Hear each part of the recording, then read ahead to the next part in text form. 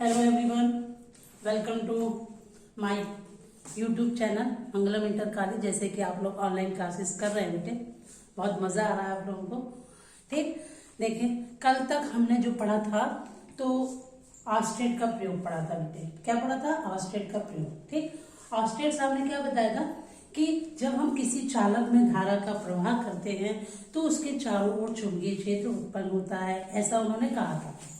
ठीक, और उन्होंने अपना प्रयोग करके सिद्ध भी किया, ऑस्टेट का प्रयोग सिद्ध हुआ। ठीक है ना, कल हम इस टॉपिक को पढ़ चुके हैं।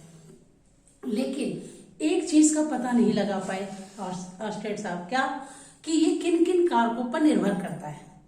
तो इसके लिए अगले वैज्ञानिक आए, बायो सेवर्ट। दो वैज्ञानिक थे, दोनों का मिला के एक प्रयोग है, इस वजह से इनका प्रयोग का नाम रखा गया है बायो सेवर्ट का नियम। जैसे आप मेरे व्हाइट बोर्ड पर देख रहे हैं बायो सेवर्ट का नियम। ठीक है, इन्होंने ये साहब आए तो इन्होंने क्या बताया? इन्होंने बताया कि ये किन किन कारकों पर निर्भर करता है।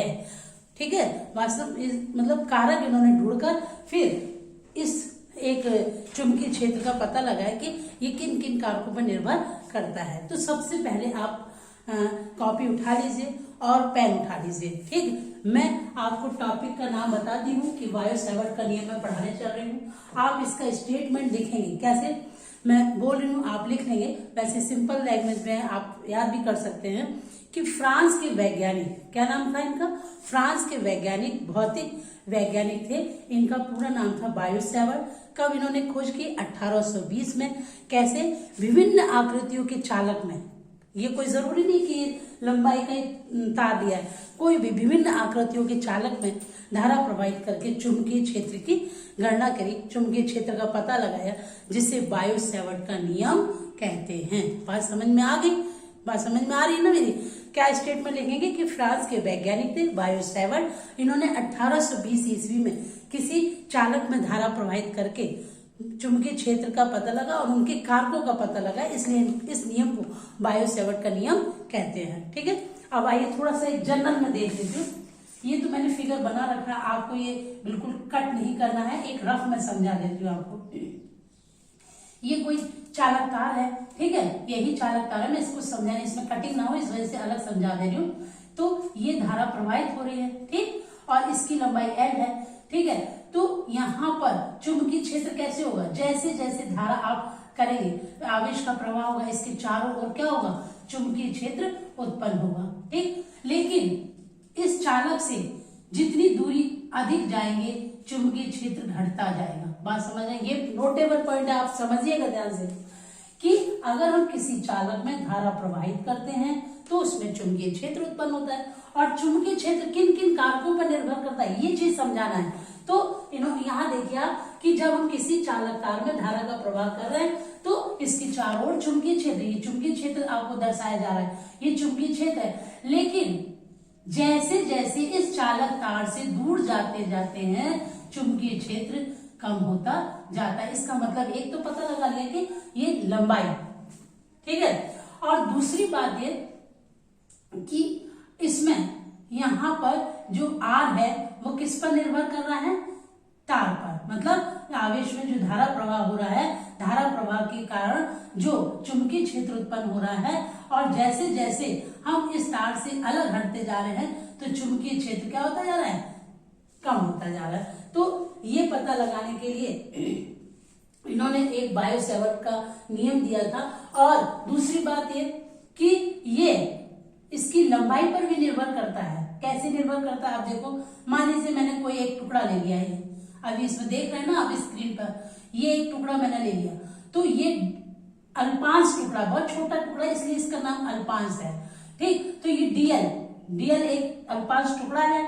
तो जब हम अल्पांश लंबाई के लिए ले रहे हैं तो चुंबकीय क्षेत्र भी तो कैसा होगा? अल्पांश ही तो होगा। चुंबकीय क्षेत्र भी कैसा उत्पन्न होगा? अल्पांश।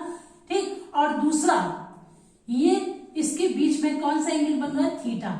ये मान लीजिए ये थीटा है, ये यहां से मैंने ये कोई पॉइंट लिया जहां पर हमें चुंबकीय क्षेत्र ज्ञात करना है। तो यहां से इसका जो एंगल है, जो डीएल अल्पांश है, इससे जो एंगल बन रहा है, तो ये लंबवत है।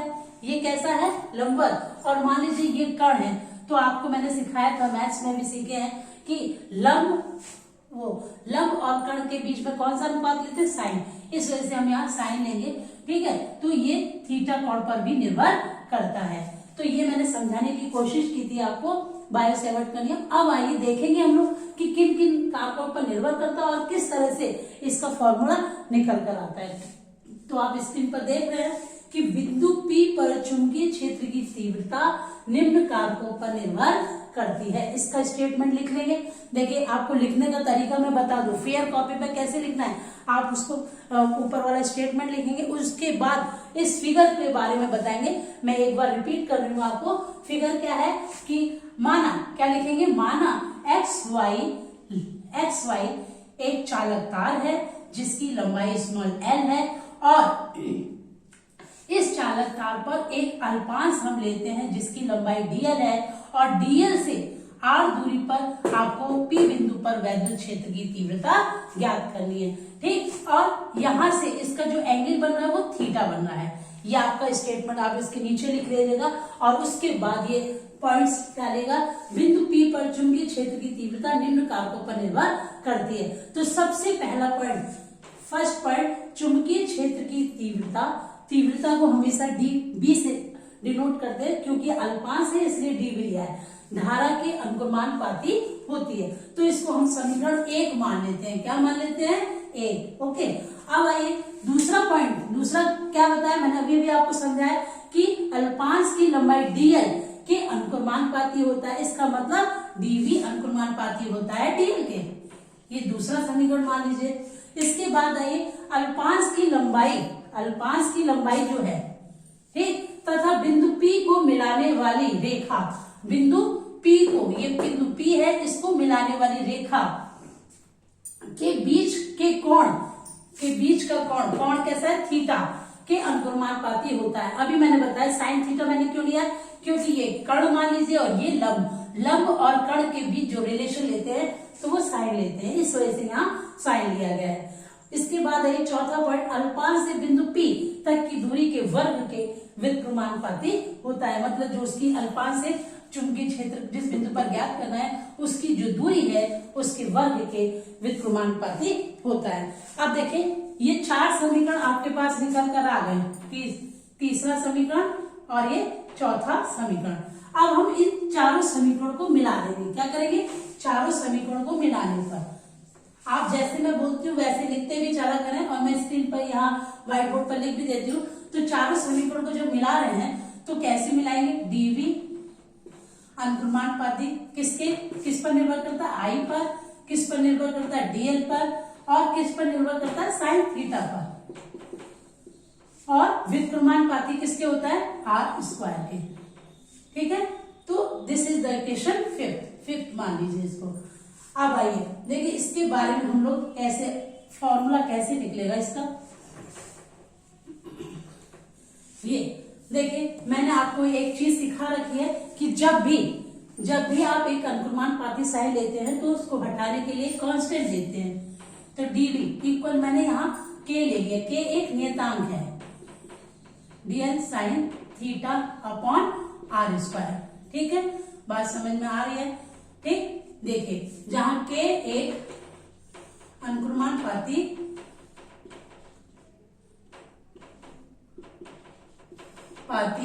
नियतांक है,